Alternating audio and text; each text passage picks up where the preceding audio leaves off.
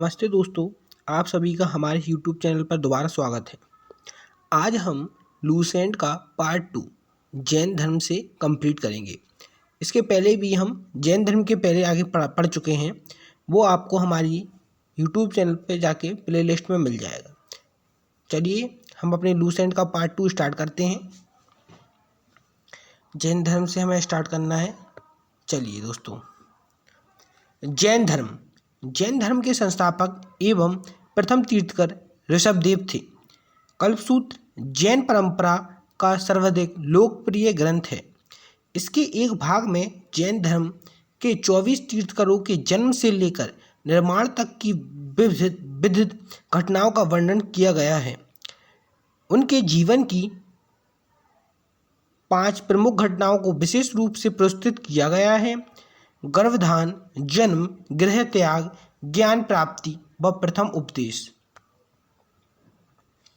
जैन धर्म के 23वें तीर्थकर पार्श्वनाथ थे, जो काशी के इक्ष्वाकु वंशीय राजा अश्वसेन के पुत्र थे। इन्होंने 30 वर्ष की अवस्था में संन्यास जीवन को स्वीकारा। इनके द्वारा दी गई शिक्षा थी हिंसा न करना, सदा सत्य बोलना, चोरी न करना तथा संपत्ति न रखना। महावीर स्वामी जैन धर्म के 24वें एवं अंतिम तीर्थकर हुए। महावीर का जन्म 540 ईसा पूर्व में कुंडलग्राम वैशाली में हुआ था। इनके पिता सिद्धार्थ ज्ञातक कुल के सरदार थे और माता त्रिशला लिच्छवी राजा चेटक की बहन थी। महावीर की पत्नी का नाम यशोदा एवं पुत्री का नाम अन्नोज्जा प्रियदर्शिनी था। महावीर के बचपन का नाम वर्धमान था। इन्होंने 30 वर्ष की उम्र में माता पिता की मृत्यु के पश्चात अपने बड़े भाई नंदीवर्धन से अनुमति लेकर संन्यास जीवन को स्वीकारा था।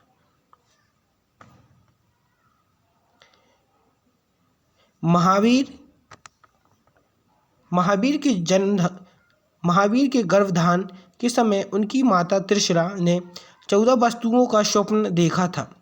14 वस्तुएं थी: हाथी, बैल, शेर, देवी लक्ष्मी, कलश, पालकी, सरोवर, छोटी नदी, अग्नि, ध्वजा, माला, रत्नों का ढेर, सूर्य एवं चंद्रमा। उन्होंने अपने सपने के बारे में एक ज्योतिषी से बात की। ज्योतिषी ने बताया कि वे एक ऐसे पुत्र को जन्म देंगी जो या तो राजाध्यक्ष होगा अथवा एक महान संत।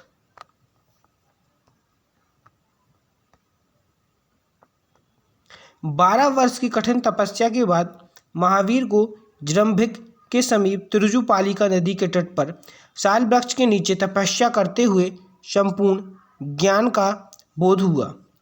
इसी समय से महावीर जिन, विजेता, आहत, पूज्य और निग्रंथ वंदहीन कहलाए। उत्तरायण सूत्र में महावीर की शिक्षाओं का वर्णन है, जहाँ भिक्षुओं के आचार संहिता का पालन करने का वर्णन किया गया है। महावीर ने अपना उपदेश प्राकृतिक अर्धमागधी भाषा में दिया। महावीर के अनुयायियों को मूलतः निग्रंथ कहा जाता था। महावीर के प्रथम अनुयायी उनके दामाद जामिल बने। प्रथम जैन भिक्षु नरेश दर्दीवन की पुत्री चंपा थीं। प्रमुख जैन तीर्थकर एवं उनके प्रतीक चिन्ह एक तरफ दिए गए हैं जैन तीर्थकर के नाम एवं क्रम, दूसरी तरफ उनके प्रतीक, उसके बाद जैन तीर्थकर के नाम एवं उनके क्रम, लास्ट में दिए गए हैं प्रतीक चिन्ह। जो पहले थे उनका नाम था ऋषभदेव, इनका प्रतीक चिन्ह था साण। जैन तीर्थकरों के नाम एवं क्रम: पहले थे हमारे ऋषभदेव प्रथम, इनका चिन्ह था साण। अजीतनाथ थे द्वितीय, इनका चिन्ह था हाथी। संभव था तृतीय, इनका चिन्ह था घोड़ा। शव थे 7वें, इनके थे स्वास्तिक। शांति थे 16वें, इनका था हिरण। अरनाथ 18वें थे, इनका था मीन। नमी ये थे 21वें, इनका था नीलकमल। अरिष्टनेमी ये थे 22वें, इनका चिन्ह था शंख। पार्श्व 23वें थे, इनका चिन्ह था सर्प। महावीर थे 24वें, जिनका चिन्ह था सिंह। नोट: दो जैन तीर्थकर ऋषभदेव एवं अष्टनेवी के नाम का उल्लेख ऋग्वेद में मिलता है। अष्टनेवी को भगवान श्री कृष्ण का निकटतम संबंधी माना जाता है।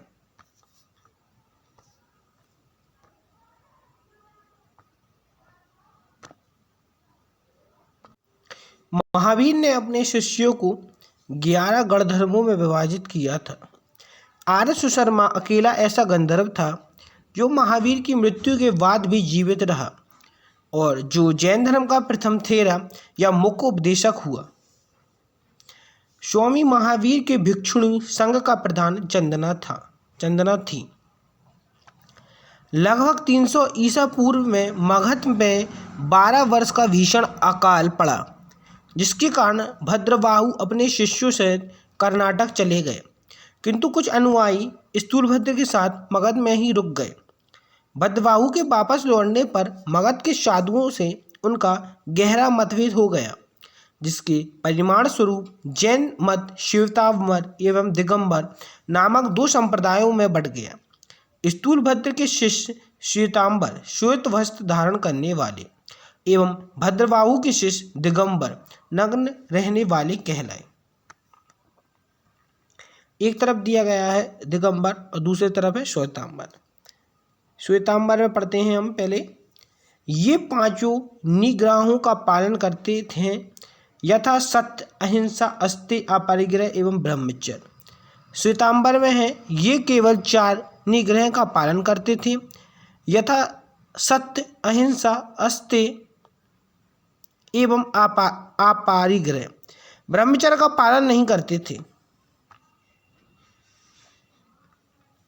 दूसरा है यह संप्रदाय 6 अनंत पदार्थों का अस्तित्व प्रकट करती है, यथा आत्मा, जीव, पदार्थ, पुद्गल, अंतरिक्ष, आकाश, गति, धर्म, स्थिरता, अधर्म तथा समय काल।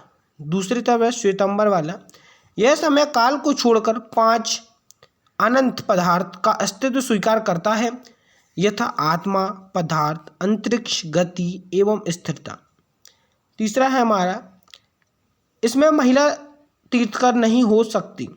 श्वेतांबर, इसमें महिला तीर्थकर हो सकती हैं। चौथा है ये मानते हैं कि महावीर ने विवाह नहीं किया था। श्वेतांबर, ये मानते हैं कि महावीर ने विवाह किया था और उन्हें संतान थी।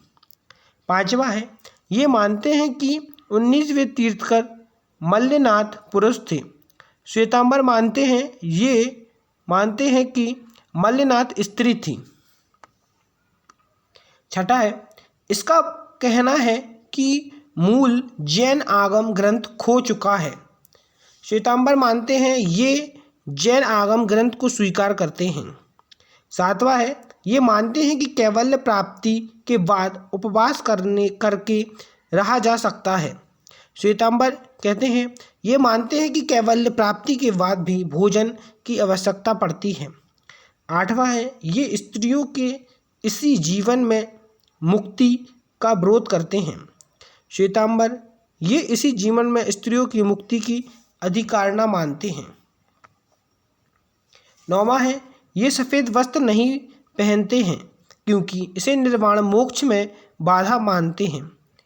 श्वेतांबर ये सफ़ेद वस्त्र पहनते हैं तथा इसे निर्वाण मोक्ष में बाधा मानते हैं। जैन संगतियाँ 2 ही हैं, प्रथम और द्वितीय। वर्ष था 300वां ईसा पूर्व और 512 ईसा पूर्व। पहला स्थान है पाटलिपुत्र, दूसरा था वल्लभी गुजरात में। पहले के अध्यक्ष थे स्थूलभद्र, दूसरे के थे क्षमा श्रवण। जैन धर्म की 3 रत्न हैं सम्यक दर्शन, सही विश्वास, सम्यक ज्ञान, सही ज्ञान और सम्यक आचरण, सही आचरण। त्रिरत्न के अनुशीलन में 5 महाव्रतों का पालन अनिवार्य है। अहिंसा, सत्यवचन, अस्तेय, अपरिग्रह एवं ब्रह्मचर्य। जैन धर्म के 4 बड़ों शिक्षा, अन्न, चिकित्सा और आवास के सिद्धांत ने इसे लोकप्रिय बनाने में मदद की। जैन धर्म में ईश्वर की मान्यता नहीं है। जैन धर्म में आत्मा की मान्यता है। जैनियों के अनुसार जीव आत्मा न केवल मनुष्यों व पशु पक्षियों में वर्ण पेड़ पौधों, पत्थरों व जल में भी पाया जाता है।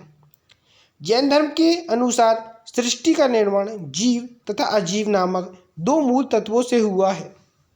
जीव चेतना तत्व है और अजीव अचेतना तत्व है। पुद्गल, काल, आकाश, धर्म व अधर्म।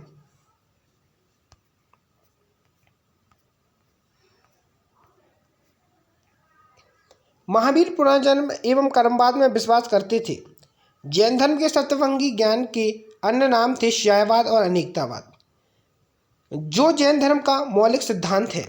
जैन धर्म ने अपने आध्यात्मिक विचारों को सांख्य दर्शन से ग्रहण किया है। जैन धर्म मानने वाले कुछ राजा थे: उदयन, वंद राजा, चंद्रगुप्त मौर्य, कलिंग नरेश, खारवेल, राष्ट्रकूट राजा अमोधवर्ष, चंदेल शासक। मैसूर के गंग वंश के राजा के सेनापति एवं प्रधानमंत्री चामुंडराव के प्रोत्साहन से कर्नाटक के श्रवणबेलगोला में 10वीं शताब्दी के मध्य भाग में विशाल बाहुबली की ग्रेनाइट पत्थर की मूर्ति गोमतेश्वर की मूर्ति का निर्माण किया गया। गोमतेश्वर की मूर्ति काष्ठोयाग्र मुद्रा में है। महावीर तपस्या की इस मुद्रा में वे अपने चारों ओर के वातावरण से अनभिज्ञ हैं। उनके पैरों में सांप लिपटे हुए हैं तथा चींटियों ने मिट्टी के घरौंदे बना दिए हैं। यह मूर्ति 18 मीटर या 57 मीटर ऊंची है एवं एक ही चट्टान को काटकर बनाई गई है। यह विश्व में एक ही पत्थर से बनी, बिना किसी सहारे से खड़ी सबसे लंबी मूर्ति है। राजस्थान में माउंट आबू पर स्थित जैन मंदिर विमल शाह द्वारा बनवाया गए थे। काठियावाड़ गुजरात में पालीताना के निकट शत्रुंजय की पहाड़ी में एक विशाल जैन तीर्थ स्थल है, जहां एक साथ जुड़े हुए 20 मंदिर दर्शनीय हैं। खजुराहो में जैन मंदिरों का निर्माण चंदेल शासक द्वारा किया गया था। आधुनिक तमिलनाडु के पुदुकोट्टई जिले में स्थित सिथनवासल या चितवासल गुफाओं जैन धर्म से संबंधित हैं। मौर्योत्तर युग में मथुरा जैन धर्म का प्रसिद्ध केंद्र था। मथुरा कला का संबंध जैन धर्म से है। जैन तीर्थंकरों की जीवनी भद्रबाहु द्वारा रचित कल्पसूत्र में है। 72 वर्ष की आयु में महावीर की मृत्यु निर्माण 468 ईसा पूर्व में बिहार राज्य के पावापुरी राजगीर में हो गई। मल्ल राजा शक्तिपाल के राजप्रसाद में महावीर स्वामी के निर्माण प्राप्त हुआ था। 6वीं से 9वीं शताब्दी के बीच में बड़ौदरा के पास अंकोटा गुजरात एवं पश्चिमी भारतीय क्षेत्र में काशी की अधिकांश मूर्तियां महावीर, पार्श्वनाथ या आदिनाथ जैसे तीर्थंकरों की बनाई जाती थी। इसमें तीर्थंकरों को एक सिंहासन पर विराजमान दिखाया गया और उसमें ये तीर्थंकर अकेले या 3 से 24 तीर्थंकरों के समूह में प्रस्तुत किए गए। इनके अलावा कुछ प्रमुख तीर्थंकरों की शासन देवियों या यक्षिणियों की नारी प्रतिमाएं भी बनाई जाने लगीं। चंकेश्वरी आदिनाथ की शासन देवी एवं अंबिका नेमिनाथ की शासन देवी हैं। बौद्ध धर्म के संस्थापक गौतम बुद्ध थे। इन्हें एशिया का ज्योतिषपुंज लाइट ऑफ एशिया कहा जाता है। गौतम बुद्ध का जन्म 563 ईसा पूर्व में कपिलवस्तु के लुम्बिनी नामक स्थान पर हुआ था। इनके पिता शुद्धोधन शाक्यगढ़ के मुखिया थे। इनकी माता मायादेवी की मृत्यु इनके जन्म के 7वें दिन ही हो गई थी। इनका लालन पालन सौतेली माँ प्रजापति गौतमी ने किया था। इनके बचपन का नाम सिद्धार्थ था। गौतम बुद्ध का विवाह 16 वर्ष की अवस्था में यशोधरा के साथ हुआ। इनके पुत्र का नाम राहुल था। बुद्ध के जीवन से संबंधित बौद्ध धर्म के प्रति घटना एक तरफ घटना दी गई है, दूसरी तरफ प्रतीक। जन्म का प्रतीक था कमल एवं साण, गृह त्याग का प्रतीक था घोड़ा, ज्ञान का प्राप्त था पीपल बोधि वृक्ष, प्रथम उपदेश को चक्र कहा जाता है, निर्वाण के चिन्ह है पद चिन्ह, मृत्यु का है स्तूप।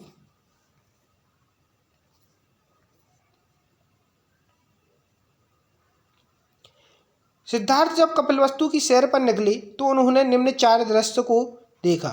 बूढ़ा व्यक्ति, दूसरा एक बीमार व्यक्ति, तीसरा शव, चौथा एक सन्यासी। सांसारिक समस्याओं से व्यस्त होकर सिद्धार्थ ने 29 वर्ष की अवस्था में गृह त्याग किया, जिसे बौद्ध धर्म में महाभिष्क्रमण कहा गया।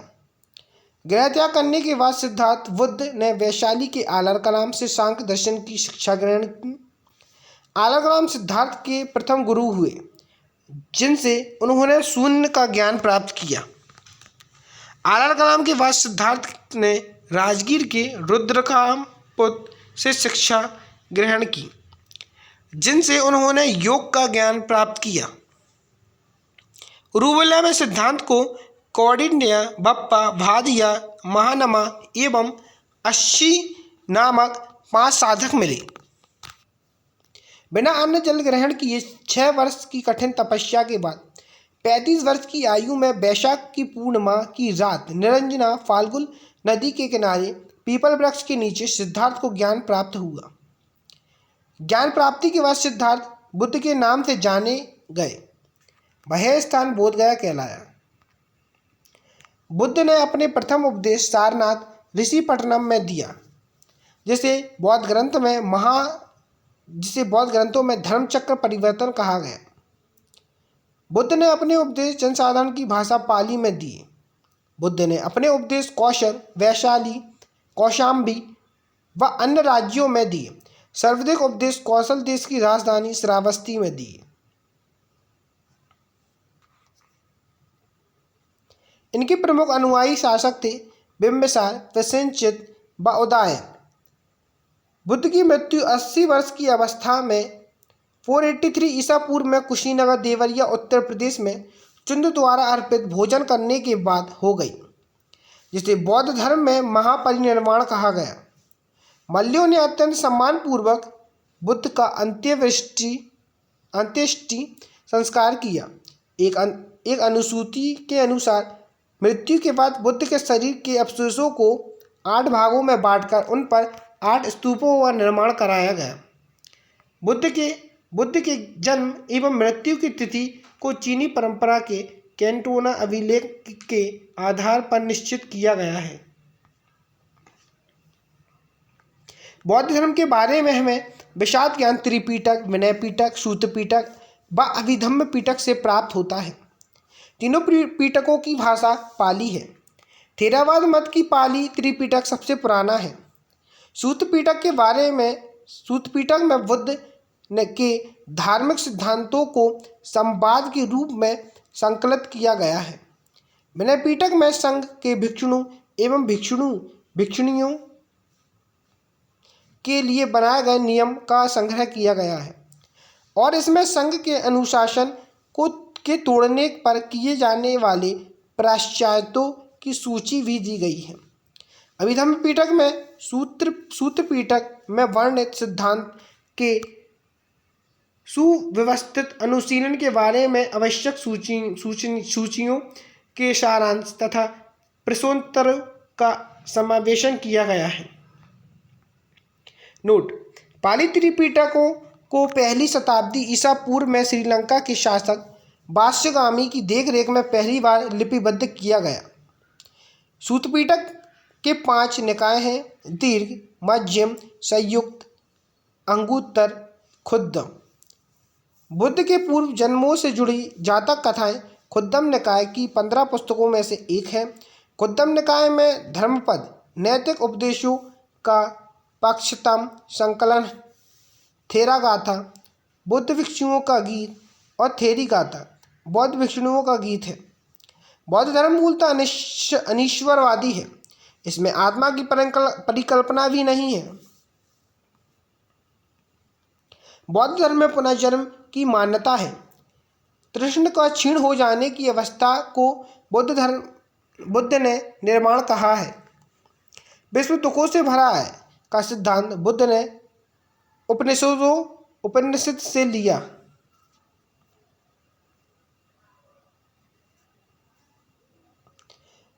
बौद्ध के अनुयायी दो भागों में विभाजित थे। भिक्षुणी धर्म के प्रचार के लिए जिन्होंने संन्यास ग्रहण किया उन्हें भिक्षुक कहा गया। उपासक गृहस्थ जीवन व्यतीत करते हुए बुद्ध धर्म अपनाने वालों को उपासक कहा गया। बौद्ध धर्म के वरिष्ठ साध्वी को थेरी के रूप में जाना जाता था। बौद्ध संघ में सम्मिलित होने की न्यूनतम आयु 15 वर्ष थी। बौद्ध संघ में प्रविष्टि होने को उपसंपदा कहा जाता है। बौद्ध धर्म के 3 रत्न हैं: बुद्ध, धम्म, संघ। बौद्ध सभाएं। प्रथम बौद्ध संगति 483 ईसा पूर्व में राजगृह अध्यक्ष थे महाकाश्यप, शासक थे अजातशत्रु। द्वितीय बौद्ध संगति 383 ईसा पूर्व में स्थान था वैशाली, अध्यक्ष थे शवकामी, शासन काल था कालाशोक का। तृतीय बौद्ध संगति 250 ईसा पूर्व में पाटलिपुत्र में अध्यक्ष थे आपके मोगलीपुत्र तिस्सा, शासन था अशोक का। चतुर्थ बौद्ध संगति 98 ईस्वी में कुंडलवन, अध्यक्ष थे वसुमित्र या अश्वघोष, शासनकाल था कनिष्ठ का। चतुर्थ बौद्ध संगति के बाद बुद्ध धर्म 2 भागों में हीनयान एवं महायान में विभाजित हो गया। बौद्ध धर्म के महायान संप्रदाय का आदर्श बोधिसत्व है। बोधिसत्व दूसरों के कल्याण को प्राथमिकता देते हुए अपने निर्माण में विलंब करते हैं। हीनयान का आदर्श आहत पद को प्राप्त करना है। जो व्यक्ति अपने साधना से निर्माण की प्राप्ति करते हैं उन्हें ही अतता कहा जाता था। धार्मिक जुलूस का प्रारंभ सबसे पहले बौद्ध धर्म के द्वारा प्रारंभ किया गया। बौद्धों का सबसे पवित्र त्योहार वैशाख पूर्णिमा है, जिसे बुद्ध पूर्णिमा के नाम से जाना जाता है। इसका महत्व इसलिए है कि बुद्ध पूर्णिमा के ही दिन बुद्ध का जन्म, ज्ञान की प्राप्ति एवं महापरिनिर्वाण की प्राप्ति हुई। बुद्ध ने संसारिक दुखों से संबंधित में 4 आर्य सत्यव्रतों का उपदेश दिया है। ये है दुख, दूसरा है दुख समुदाय, तीसरा है दुख निरोध, चौथा है दुख निरोधामिनी प्रतिपदा। इन संसारिक दुखों से मुक्त हेतु बुद्ध ने अष्टमार्ग की बात कही है। ये साधन है साम्यक दृष्टि, साम्यक संकल्प, साम्यक वाणी, साम्यक कर्मंत, साम्यक अजीव, साम्यक व्यायाम, साम्यक स्मृति एवं साम्यक समाधि। बुद्ध के अनुसार अष्टक के मार्गों के पालन करने के उपरांत मनुष्य की भव तृष्णा नष्ट हो जाती है और उसे निर्माण प्राप्त हो जाता है। निर्माण बुद्ध धर्म का परम लक्ष्य है, जिसका अर्थ है दीपक का बुझ जाना, अर्थात जीवन मरण के चक्र से मुक्त हो जाना। बुद्ध ने निर्माण प्राप्ति को सरल बनाने के लिए निम्न 10 शीलों पर बल दिया है: अहिंसा, सत्य, अस्त्य, चोरी ना करना, अपरिग्रह, किसी प्रकार की संपत्ति ना रखना, मद्य सेवन ना करना। छठा है असमय भोजन ना करना, सुखप्रद बिस्तर पर नहीं सोना। 8वां संचय धन संचय ना करना। 9वां है स्त्रियों से दूर रहना। 10वां है नृत्य गान आदि से दूर रहना। गृहस्थों के लिए केवल 5 शील तथा भिक्षुओं के लिए 10 शील मानना अनिवार्य था। बुद्ध ने माध्यम प्रतिपदा की उपदेश दिया। अनीश्वरवाद के संबंध में बौद्ध धर्म एवं जैन धर्म में समानता है। जातक कथा प्रदर्शित करती हैं कि बोधिसत्व का अवतार मनुष्य के रूप में भी हो सकता है तथा पशुओं के रूप में भी हो सकता है। बोधिसत्व के रूप में पुनर्जन्म की दीर्घ श्रृंखला के अंतर्गत बुद्ध ने शाक्य मुनि के रूप में अपना अंतिम जन्म प्राप्त किया, किंतु इनके उपरांत मैत्रेय तथा अन्य अनाम बुद्ध अभी अवतरित होने शेष हैं। सर्वाधिक बुद्ध मूर्तियों का निर्माण गांधार शैली में किया गया, लेकिन बुद्ध की प्रथम मूर्ति संभवतः मथुरा कला में बनी थी।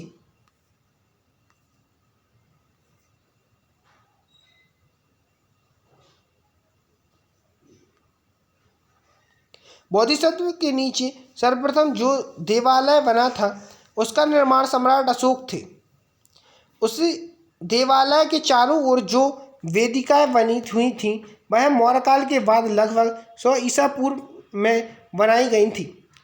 मंदिर के भीतर बहुत से आलो दीवालों में जो प्रतिमाएं स्थापित हैं वे पाल राजाओं के शासनकाल में 8वीं शताब्दी में बनाई गई थी, लेकिन वास्तविक महाबोधि मंदिर जिस अवस्था में आज खड़ा है वह अधिकतर औपनिवेशिक काल में अपने 7वीं शताब्दी के पुराने रूप में बनाया गया था। मंदिर का रूपांकन आसमान किस्म का है, ना तो इसे पूरी तरह द्रविड़ और ना ही नागर शैली का मंदिर कहा जा सकता है। यह मंदिर की तरह संकार है, लेकिन द्रविड़ मंदिर की तरह बिना मोड़ सीधे ऊपर की ओर उठा हुआ है। तिब्बत, भूटान एवं पड़ोसी देश में बौद्ध धर्म का प्रचार प्रथम संबंध गुरु रिनपाश ने किया। इनका संबंध बुद्ध धर्म के वज्रयान शाखा से था। इनकी 123 फीट ऊंची मूर्ति हिमाचल प्रदेश के रेवलासर झील में है। मनुष्य में उपासना की जाने वाली प्रथम मूर्ति संभवतः बुद्ध की थी।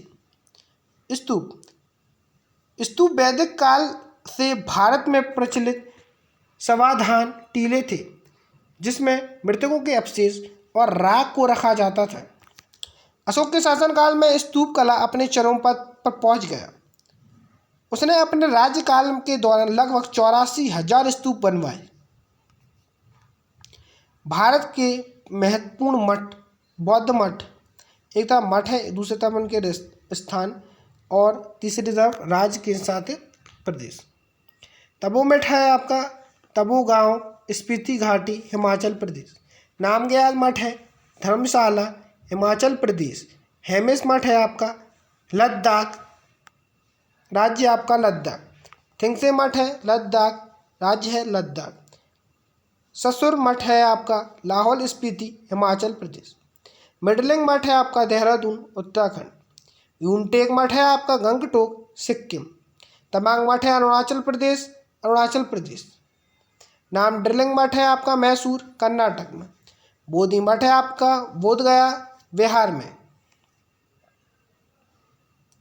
वैदिक परंपराओं से प्रेरित स्तूपों को बौद्धों द्वारा लोकप्रिय बनाया गया। बौद्ध की मृत्यु के बाद बुद्ध के शरीर के अवशेषों को 8 भागों में विभाजित कर स्तूपों के नीचे रखे गए थे।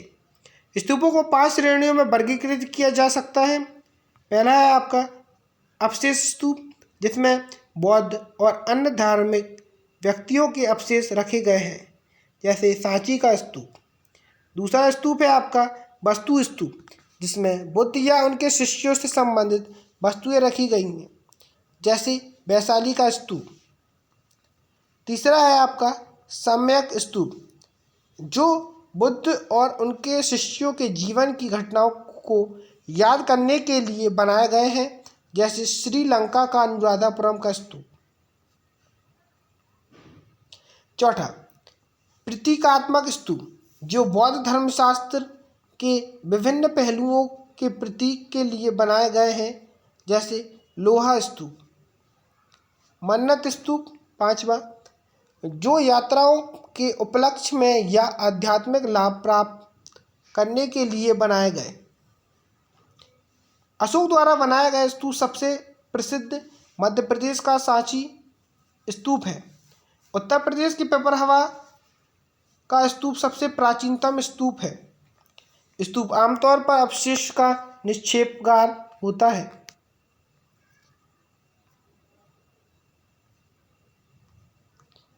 बौद्ध परंपरा में स्तूप एवं संकल्प अर्पित या स्मारक संरचना होती थी। भाजा गुफाएं ईसा पूर्व 2री शताब्दी के दौरान निर्मित 22 चट्टानों का काटकर बनाई गई थी। गुफाओं का एक समूह है। यह महाराष्ट्र के लोनावाला के पास पुणे जिले में स्थित है। यह हिनायन बौद्ध धर्म संप्रदाय से संबंधित है। गुफा में कई स्तूप हैं। बंगाल क्षेत्र में पाल राजवंश के शासनकाल के दौरान बौद्ध धर्म की वज्रयान शाखा के विकास के प्रभाव से बौद्ध देवियों की पूजा की जाने लगी थी। इसके अंतर्गत तारा देवी की मूर्तियों अत्यंत लोकप्रिय हुई।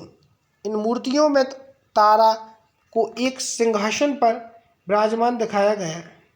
उनके साथ एक टेढ़ी कमल नग उसी हुई दिखाई गई है।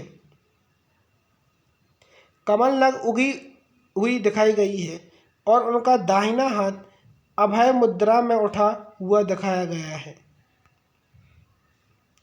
नोट: बोधिसत्व पद्मपाणि की पेंटिंग 5वीं शताब्दी में उत्तरार्ध के अजंता मठ की गुफा नंबर 1 में देखी जा सकती है। अजंता की ये गुफा वर्तमान में औरंगाबाद, महाराष्ट्र में स्थित है। यहाँ की गुफा सभी 3 रूपों वास्तुकला, मूर्तिकला और चित्रकला से संबंधित है। यह बड़े चैत्य विहार है जिन्हें मूर्तियों और चित्रों से सजाया गया है।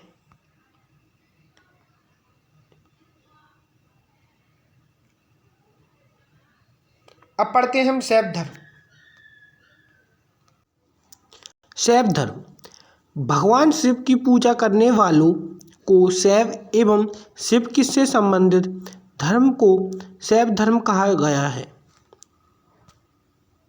शिवलिंग उपासना का प्रारंभिक पुरातात्विक साक्ष्य हड़प्पा संस्कृति के अवशेषों से मिलता है। ऋग्वेद में शिव के लिए रुद्र नामक देवता का उल्लेख है। अर्थवेद में शिव को भव, स्व, पशुपति एवं भूपति कहा गया है। लिंग पूजा का पहला स्पष्ट वर्णन मत्स्य पुराण में मिलता है।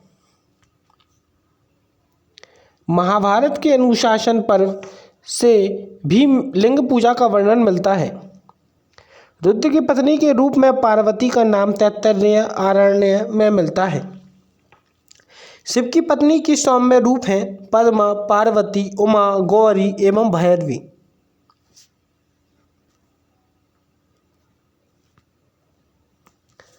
वामन पुराणों में शैव संप्रदाय की संख्या 4 बताई गई है।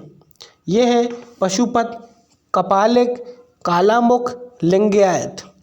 पशुपत संप्रदाय शैवों का सर्वाधिक प्राचीन संप्रदाय है। इसके संस्थापक लकुलिश थे,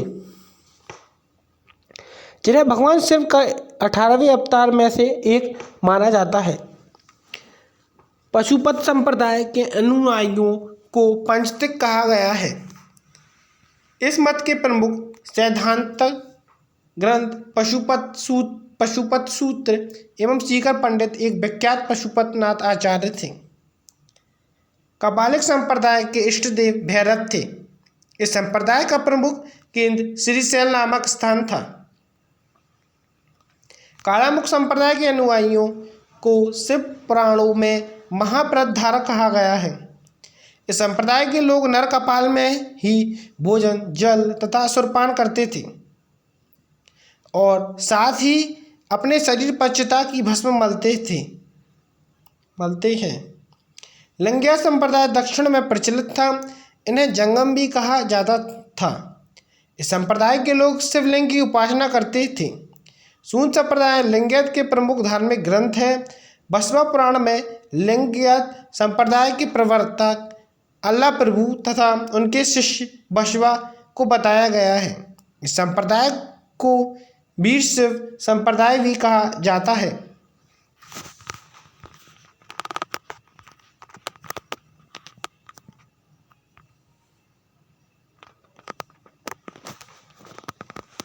चन्ना और उनके भतीजे चन्ना बसवा कर्नाटक के कलचुरी राज्य के दरबार में रहते थे।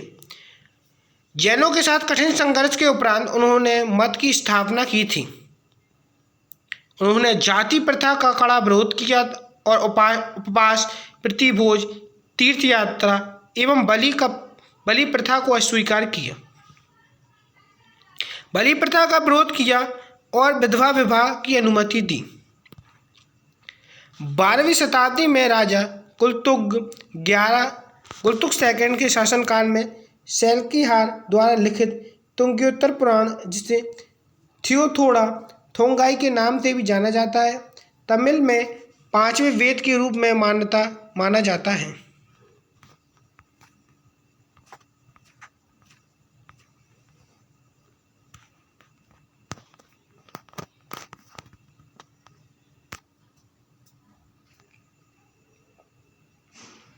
और यह शैव परंपरा में 12वीं पुस्तक भी है।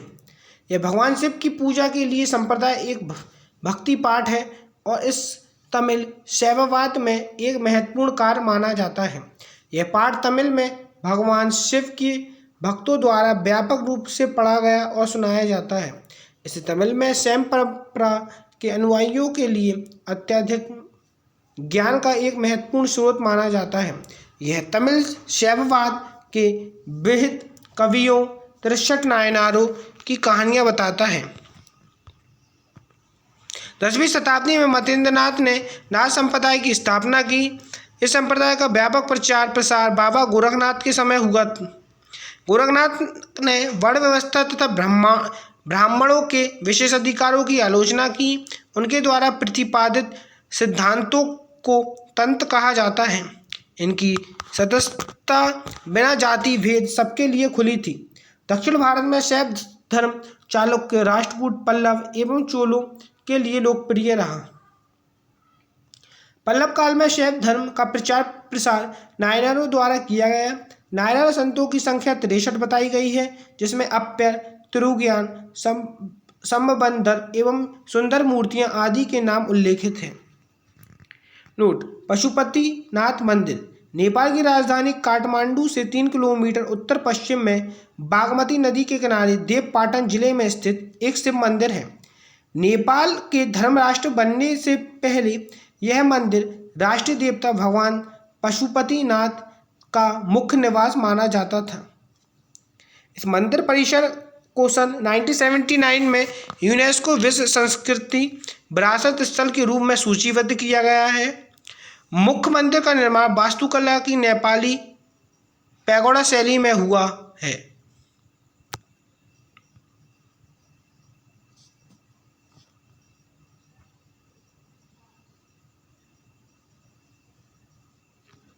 एलोरा के प्रसिद्ध कैलाश मंदिर का निर्माण राष्ट्रकूटों ने करवाया। चोल शासक राजराज प्रथम ने तंजौर में प्रसिद्ध राजराजेश्वर शिव मंदिर का निर्माण करवाया, जिसे बृहदीश्वर मंदिर के नाम से भी जाना जाता है। कुषाण शासकों की मुद्रा पर शिव एवं नंदी का एक साथ अंकन प्राप्त होता है। नोट: शिव अद्वैत विचारधारा के मुख्य प्रवर्तक श्रीकांत शिवाचार्य हैं। इनके अनुसार शिव को ब्रह्मा और एक समान है। वैष्णव संप्रदाय वैष्णव धर्म के विषय में प्रारंभिक जानकारी उपनिषदों में से मिलती है। इसका विकास भागवत धर्म से हुआ। नारायण के पूजक मूलतः पंचरात्र कहे जाते थे। वैष्णव धर्म के प्रवर्तक कृष्ण थे, जो वृषण कबीले के थे और जिनका निवास स्थान मथुरा था। कृष्ण का उल्लेख सर्वप्रथम छंदोदय उपनिषद में देवकी पुत्र और अंगिरस के शिष्य के रूप में हुआ। वासुदेव कृष्ण का सबसे प्रारंभिक उल्लेख वैशनगर स्तंभ अभिलेख में पाया गया है। विष्णु के 10 अवतारों का उल्लेख मत्स्य पुराण में मिलता है। 10 अवतार इस प्रकार है: मत्स्य, कुंभू, बारा, नृसिंह, वामन, परशुराम, राम, बलराम, बुद्ध एवं काल। गुप्त काल में विष्णु का 12वां अवतार सर्वाधिक प्रसिद्ध था।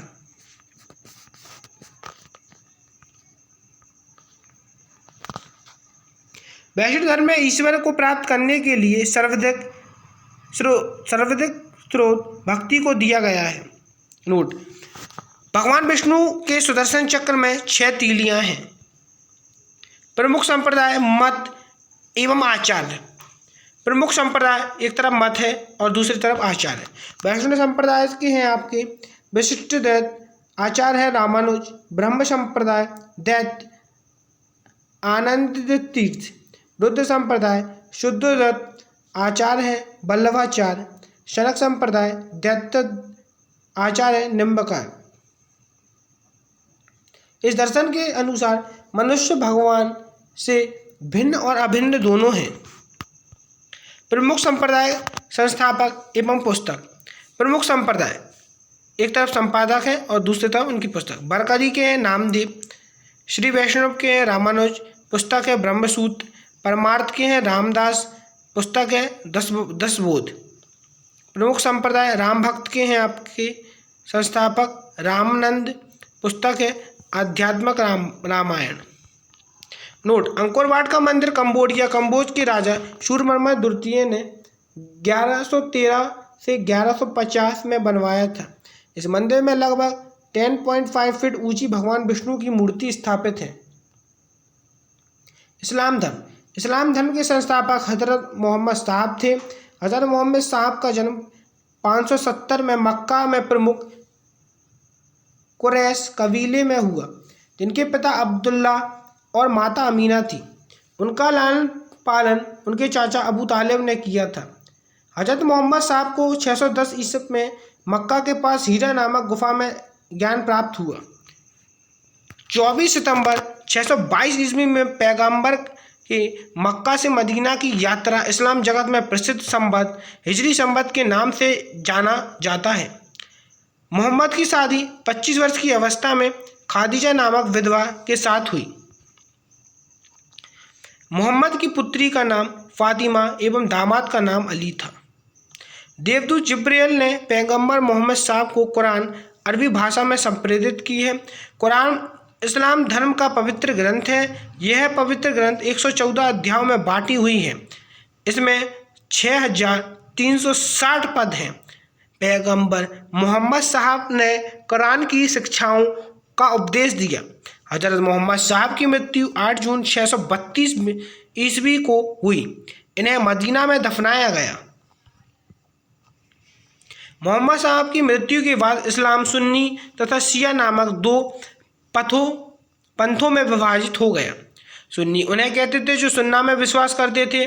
सुन्ना पैगंबर मोहम्मद साहब के कथनों तथा कार्यों का विवरण है। शिया अली की शिक्षाओं में विश्वास करते हैं तथा उन्हें मोहम्मद साहब का न्यायसम्मत उत्तराधिकारी मानते हैं। अली मोहम्मद साहब के दामाद थे। अली की 661 ईस्वी में हत्या कर दी गई।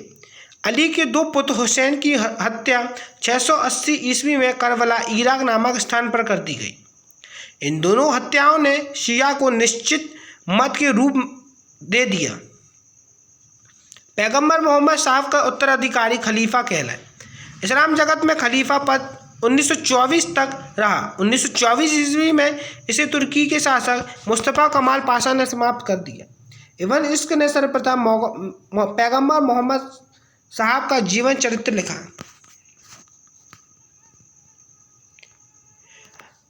मोहम्मद साहब पैगंबर के जन्म पर ईद उल मिलाद उल नबी पर्व मनाया जाता है। भारत में सर्वप्रथम इस्लाम का आगमन अरबों के जरिए हुआ। 712 में अरबों ने सिंध जीत लिया और सबसे पहले भारत में इस भाग में इस्लाम एक महत्वपूर्ण धर्म बना। नमाज के दौरान मुस्लिम मक्का की तरफ मुंह करके खड़े होते हैं। भारत में मक्का पश्चिम की ओर पड़ता है। मक्का की ओर दिशा को किबला कहा जाता है। ईसाई धर्म के संस्थापक ईसा मसीह हैं। वह प्रमुख ग्रंथ बाइबल है। ईसा मसीह का जन्म जेरूसलम के निकट बैथलहम नामक स्थान पर हुआ था। ईसा के जन्म दिवस को क्रिसमस के रूप में मनाया जाता है। ईसा मसीह के माता का नाम मैरी और पिता का नाम जोसेफ है। ईसा ने अपने जीवन के प्रथम 30 वर्ष एक बाड़े के रूप में बैथलहम के निकट नजरत इज़राइल में बिताए। ईसा मसीह के प्रथम 2 शिष्य थे, एंड्रयूज एवं पीटर। ईसा मसीह को सूली पर रोमन गवर्नर पैट्रियस ने चढ़ाया। ईसा मसीह को 33 ईस्वी में सूली पर चढ़ाया गया। ईसाई धर्म का सबसे पवित्र चिन्ह क्रॉस है। ईसाई त्रित्व में विश्वास रखते हैं। वे हैं ईश्वर पिता, ईश्वर पुत्र, ईश्वर पवित्र आत्मा। 12वीं शताब्दी में फ्रांस में आरंभिक भवनों की तुलना में अधिक ऊंचे व हल्के चर्चों का निर्माण प्रारंभ हुआ। वास्तुकला की यह शैली गोथिक नाम से जानी जाती है। इस वास्तुकलात्मक शैली से सर्वोत्कृष्ट उदाहरण में एक पेरिस का नॉटर-डेम चर्च है। पारसी धर्म के पैगंबर ज़रथुष्ट्र ईरानी थे। इनकी शिक्षाओं का संकलन जैन अवस्था नामक ग्रंथ में है, जो पारसियों का प्रमुख धर्म ग्रंथ है। इनकी मूल शिक्षा का सूत्र है सद्विचार, सद्वचन, तथा सत्कार। इनके अनुयायी एक ईश्वर आहुर को मानते हैं। इस धर्म के अनुयायियों को अग्नि पूजक भी कहा जाता है। मगध राज्य का उत्कृष्ट।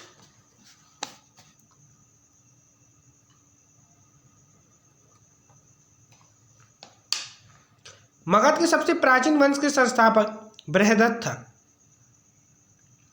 इसकी राजधानी गिरिब्रज राजगृह थी। जरासंध बृहदत्त का पुत्र था। हरेक वंश के संस्थापक बिंबिसार मगध की गद्दी पर 544 ईसा पूर्व बौद्ध ग्रंथों के अनुसार में बैठा था। वह बौद्ध धर्म के अनुयायी था। यह प्रथम भारतीय राजा था जिसने प्रशासनिक व्यवस्था पर बल दिया।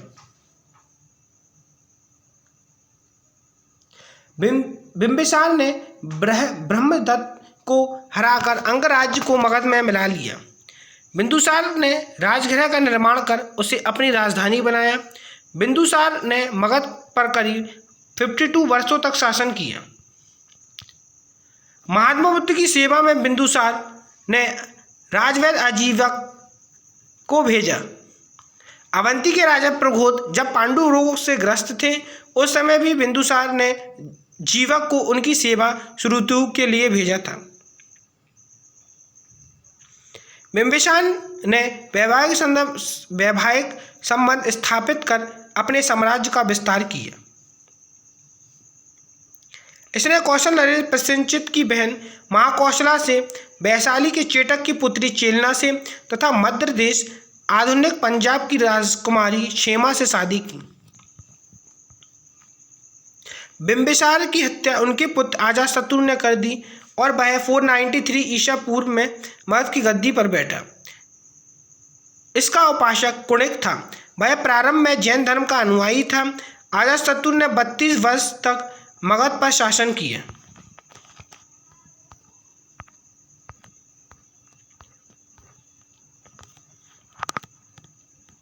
अजातशत्रु के सुयोग्य मंत्री का नाम वर्षकार था।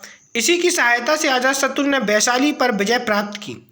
जैन ग्रंथों से पता चलता है कि लिच्छवियों से युद्ध में अजातशत्रु ने प्रथम बार रथमूसला, आधुनिक टैंकों के सामान तथा महाशिला, कंठक, गुलेल जैसे 2 गुप्त हथियारों का प्रयोग किया।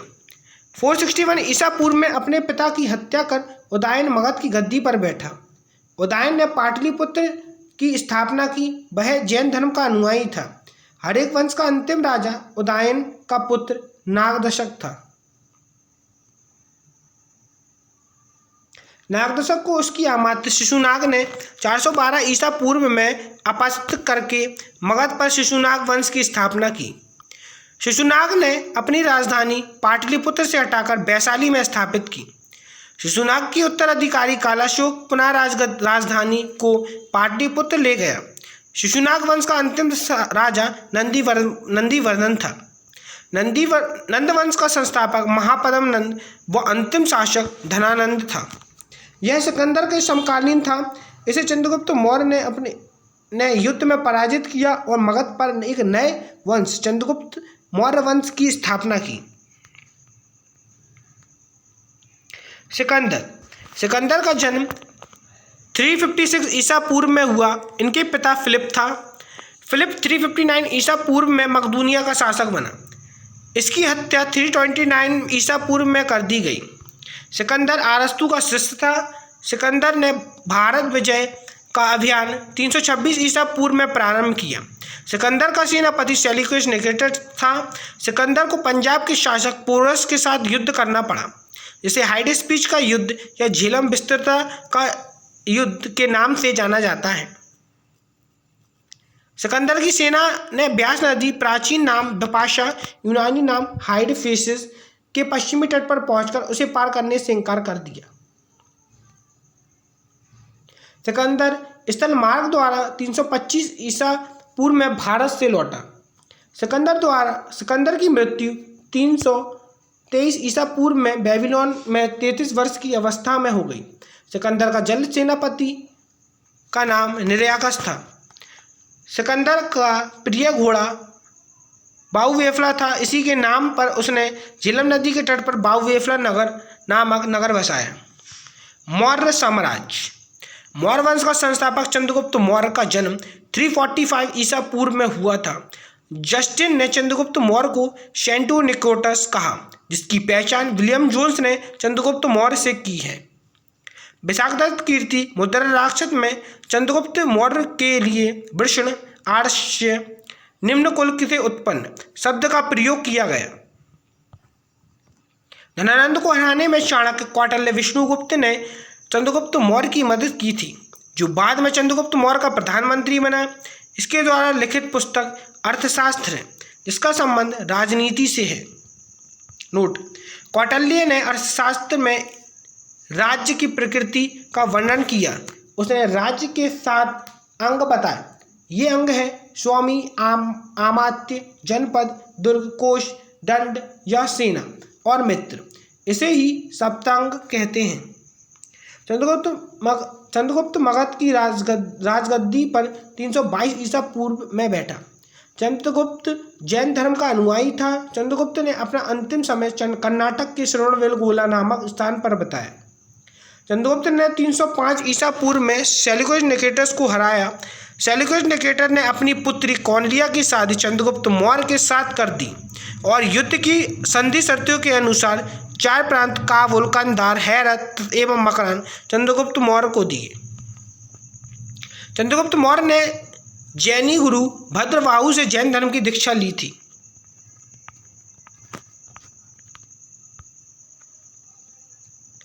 मैग्नेस्थिस सेल्यूकस निकेटर का राजदूत था, जो चंद्रगुप्त के दरबार में रहता था। मैग्नेस्थिस द्वारा लिखी गई पुस्तक इंडिका है। मैग्नेस्थिस के अनुसार सम्राट का जनता के सामने आने के अवसरों पर शोभा यात्रा के रूप में जश्न मनाया जाता है। उन्हें एक सोने की पालकी में ले जाया जाता है। उनके अंगरक्षक सोने और चांदी से अलंकृत हथियारों पर सवार रहते हैं। कुछ अंगरक्षक पेड़ों को लेकर चलते हैं। इन पेड़ों पर प्रशिक्षित तोतों का झुंड रहता है, जो सम्राट के सिर के चारों तरफ चक्कर लगाता रहता है। राजा सामान्यतः हथियारबंद महिलाओं से घिरे होते हैं। उनके खाना खाने के पहले खास नौकर उस खाने को चखते हैं। वे लगातार 2 रात एक ही कमरे में नहीं सोते थे। पाटलिपुत्र के बारे में। पाटलिपुत्र एक विशाल प्राचीर से घिरा, जिसमें 570 बुर्ज और 64 द्वार हैं। 2 और 3 मंजिल वाले घर लकड़ी और कच्ची ईंटों से बने हैं। राजा का महल भी काठ का बना है, जिसे पत्थर की नक्काशी से अलंकृत किया गया है। यह चारों तरफ से उद्यानों से चिड़ियाओं के लिए बने बसेरा से घिरा है। चंद्रगुप्त मौर्य और सेल्यूकस के बीच हुए युद्ध का वर्णन एम्पिरियंस ने किया है। प्लूटक के अनुसार चंद्रगुप्त ने सेल्यूकस को 500 हाथी उपहार में दिए थे। चंद्रगुप्त की मृत्यु 298 ईसा पूर्व में श्रवणबेलगोला में उपवास द्वारा हुई। बिंदुसार। चंद्रगुप्त मौर्य का उत्तराधिकारी बिंदुसार हुआ, जो 290 ईसा पूर्व में मगध की राजगद्दी पर बैठा। इसे अमित्र घात के नाम से जाना जाता है। अमित्र घात का अर्थ होता है शत्रु विनाशक। बिंदुसार आजीवक संप्रदाय का अनुयायी था।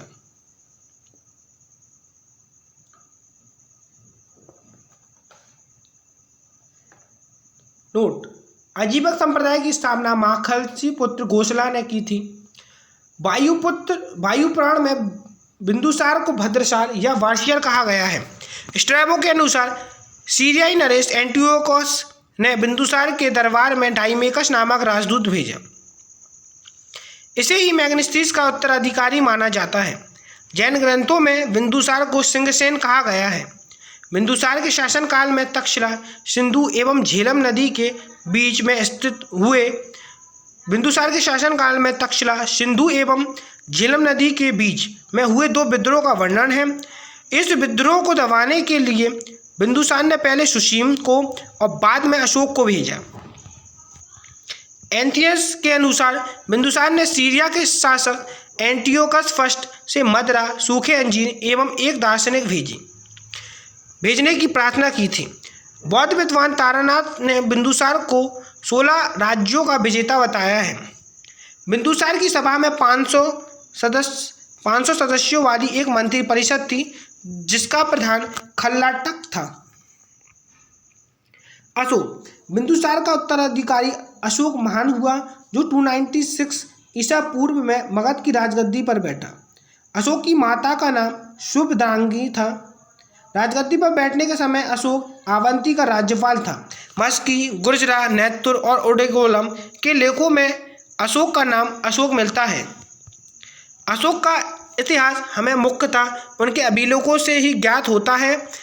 इनके अभिलेखों को निम्नलिखित वर्गों में विभाजित किया जा सकता है: शिलालेख, स्तंभलेख, गुहालेख।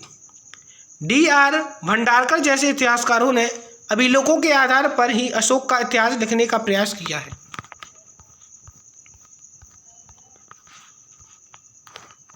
कर्नाटक के कलाबुरगी जिले में चित्तापुर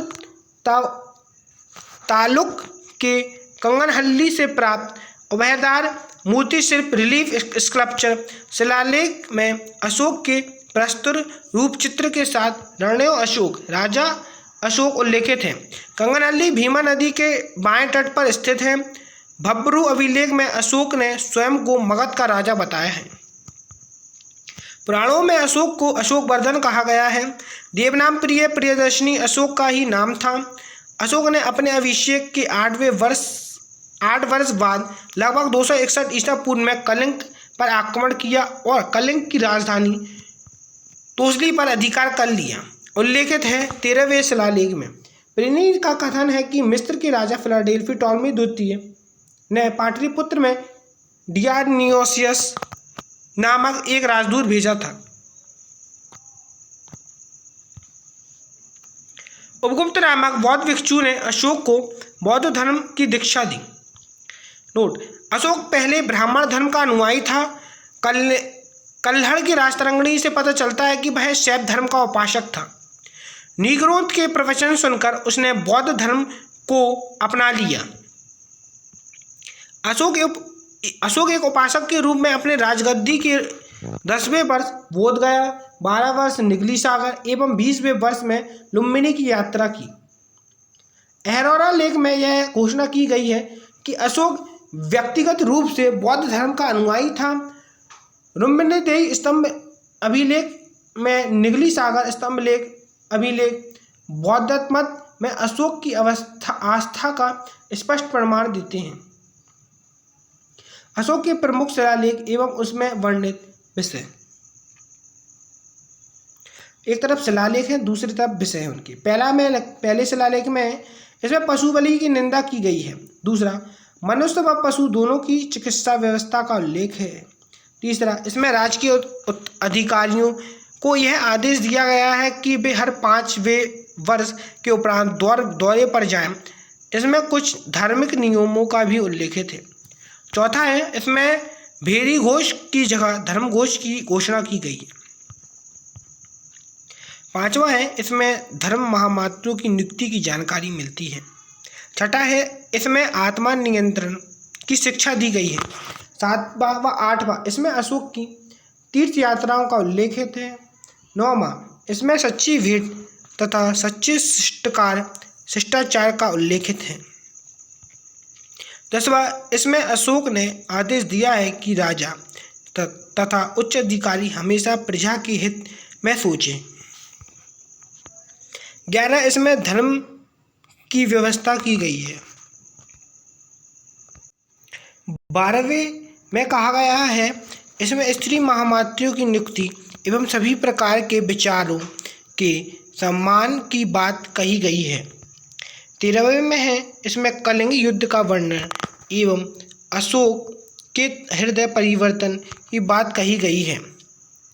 इसी में 5 यवन राजाओं के नामों का उल्लेखित है, जहां उसने धम्म प्रवर्तक भेजे। 14वें में है, अशोक ने जनता को धार्मिक जीवन बिताने के लिए प्रेरित किया। अशोक ने आजीविकों के रहने हेतु बराबर की पहाड़ियों में 4 गुफाओं का निर्माण कराया, जिसका नाम था कर्ज, चौपार, सुदामा तथा विश्व झोपड़ी था। अशोक ने 5 दशरथ के आजीविकों को नागार्जुन गुफा प्रदान की थी। अशोक के 7वें स्तंभ लेख में आजीविकों के उल्लेख किया गया है तथा महामात्रों को आजीविकों के हितों का ध्यान रखने के लिए कहा गया है। अशोक ने बौद्ध धर्म के प्रचार प्रसार के लिए अपने पुत्र महेन एवं पुत्री संघमित्रा को श्रीलंका भेजा। बौद्ध परंपरा और उनके लिपियों के अनुसार अशोक ने 84,000 स्तूपों का निर्माण किया था। बाद में शिलालेख का प्रचलन सर्वप्रथम अशोक ने किया। अशोक के शिलालेखों में ब्राह्मी, खरोष्टी, ग्रीक एवं अरमाइक लिपि का प्रयोग हुआ है। ग्रीक एवं अरमाइक लिपि का अभिलेख अफगानिस्तान से, खरोष्टी लिपि का अभिलेख साहबगंज से एवं मानसेहरा पाकिस्तान से, पेशवर के निकट उत्तर प्रदेश से और शेष भारत से ब्राह्मी लिपि के अभिलेख मिले हैं। खरोष्टी लिपि दाईं से बाईं ओर लिखी जाती थी। अशोक के अभिलेखों को 3 भागों में बांटा जा सकता है: शिलालेख, स्तंभ लेख, गुहा लेख। अशोक के शिलालेखों की खोज 1750 में पेंटेदर फेनथेलन ने की थी। इनकी संख्या 14 है। अशोक के अभिलेख पढ़ने में सबसे पहली सफलता 1837 ईस्वी में जेम्स फ्रांसिस को हुई। अशोक का स्तंभ लेखों की संख्या 7 है, जो केवल ब्राह्मी लिपि में लिखी गई है। यह 6 अलग अलग स्थानों से प्राप्त हुए हैं। प्रथम स्तंभ लेख यहाँ पहले कौशाम्बी में स्थित था। इसके स्तंभ लेखों को अकबर ने इलाहाबाद के किले में स्थापित कराया। दिल्ली टोपरा यह स्तंभ लेख फिरोज शहर तुगलक के द्वारा टोपरा में दिल्ली लाया गया। दिल्ली मेरठ में स्थित यह स्तंभ लेख फिरोज शाह द्वारा दिल्ली लाया गया। रामपुरवा यह स्तंभ लेख चंपारण बिहार में स्थापित है। इसकी खोज 1872 में करायकल ने की। लौरिया अरेजराज चंपारण बिहार में है। लौरिया नंदगढ़ चंपारण बिहार में इस स्तंभ पर मोर का चित्र बना है।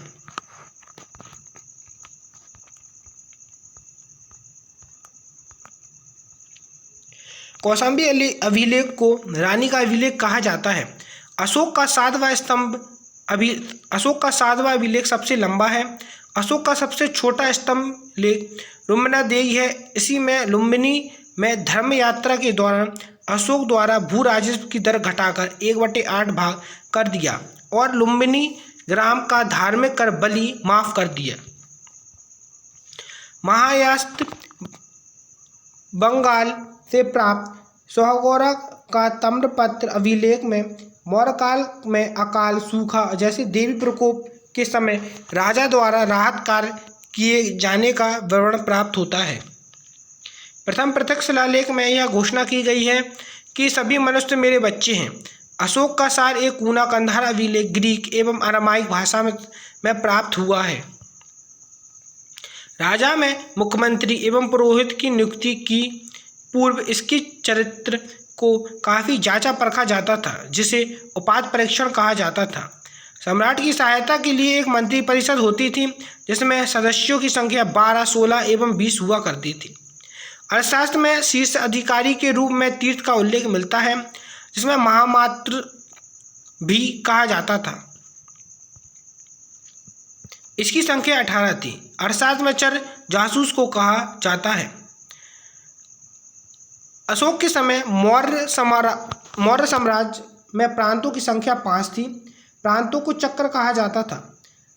प्रांतों के प्रशासक कुमार या आर्यपुत्र था या राष्ट्रक कहलाते थे। प्रांतों का विभाजन विषय में किया गया था जो विषयपति के अधीन होते थे। प्रशासन की सबसे छोटी इकाई ग्राम थी जिसका मुखिया ग्रामिक कहलाता था। प्रशासन में सबसे छोटा गोप था जो 10 ग्रामों का शासन संभालता था। मैग्नेस्टीस के अनुसार नगर का प्रशासन 30 सदस्यों का एक मंडल करता था जो 6 समितियों में विभाजित था। प्रत्येक समिति में 5 सदस्य होते थे।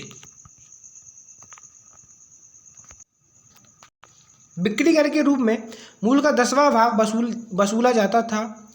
इसे बचाने वाले को मृत्युदंड दिया जाता था। मैग्नेस्टीस के अनुसार एग्रोनोमाई मार्ग निर्माण अधिकारी था। जस्टिन के अनुसार चंद्रगुप्त मौर्य की सेना में लगभग 50,000 अश्वारोही सैनिक, 9,000 हाथी व 8,000 रथ थे। जस्टिन नामक यूनानी लेखक के अनुसार चंद्रगुप्त ने अपनी 6 लाख की फौज से सारे भारत को रौंद दिया। यह बात सही भी हो सकती है और नहीं भी, लेकिन यह बात सही है कि चंद्रगुप्त ने पश्चिमोत्तर भारत को सेल्यूकस की गुलामी से मुक्त किया। जस्टिन ने चंद्रगुप्त की सेना को लुटेरों की सेना कहा।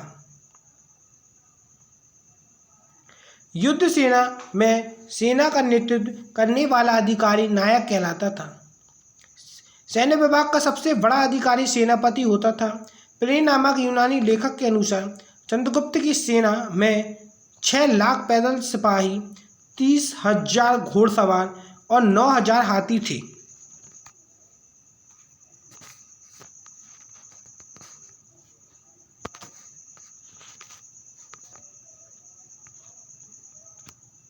मैग्नेस्टीस के अनुसार मौर्य सेना का रखरखाव 5 सदस्य 6 समिति करती थी। मौर्य प्रशासन की गुप्तचर विभाग महामात्य सर्प नामक अमात्य के अधीन था। अर्थशास्त्र में गुप्तचर को गूढ़ पुरुष कहा गया है तथा एक ही स्थान पर रहकर कार्य करने वाले गुप्तचर को संस्था कहा जाता था। एक स्थान से दूसरे स्थान पर भ्रमण करके कार्य करने वाले गुप्तचर को संचार कहा जाता था। अशोक के समय जनपदीय न्यायालय के न्यायाधीश को राजुक कहा जाता था। सरकारी भूमि को सीता भूमि कहा जाता था। बिना वर्षा की अच्छी खेती होने वाली भूमि को आदेव मात्रक कहा जाता था। मौर्य काल में द्रोणा अनाज की माप के लिए प्रयोग होता था। मैग्नेस्टीस ने भारतीय समाज को 7 वर्गों में विभाजित किया। ये हैं दार्शनिक, किसान, अहीर, कारीगर, सैनिक, निरीक्षण एवं सभासद। स्वतंत्र वैश्यवृत्ति को अपनाने वाली महिला को रूप जीविका कहलाती थी। नंद वंश के विनाश करने में चंद्रगुप्त मौर्य ने कश्मीर के राजा प्रवर्तक से सहायता प्राप्त की थी। चंद्रगुप्त मौर्य शासन 137 वर्ष तक रहा। भागवत पुराण के अनुसार मौर्य वंश में 10 राजा हुए, जबकि वायु पुराण के अनुसार 9 राजा हुए। मौर्य वंश का अंतिम शासक बृहदत्त था। इसकी हत्या इसके सेनापति पुष्यमित्र शुंग ने 185 ईसा पूर्व में कर दी और मगध पर शुंग वंश की नींव डाली। अशोकाराम बिहार पाटलिपुत्र में है। दोस्तों, अगर आपको वीडियो पसंद आई है तो हमारे चैनल को जरूर सब्सक्राइब कीजिए और इसके आगे का पार्ट हम अपनी नेक्स्ट वीडियो में कंप्लीट करेंगे। चलिए फिर हम आपसे मिलते हैं अपनी नेक्स्ट वीडियो में।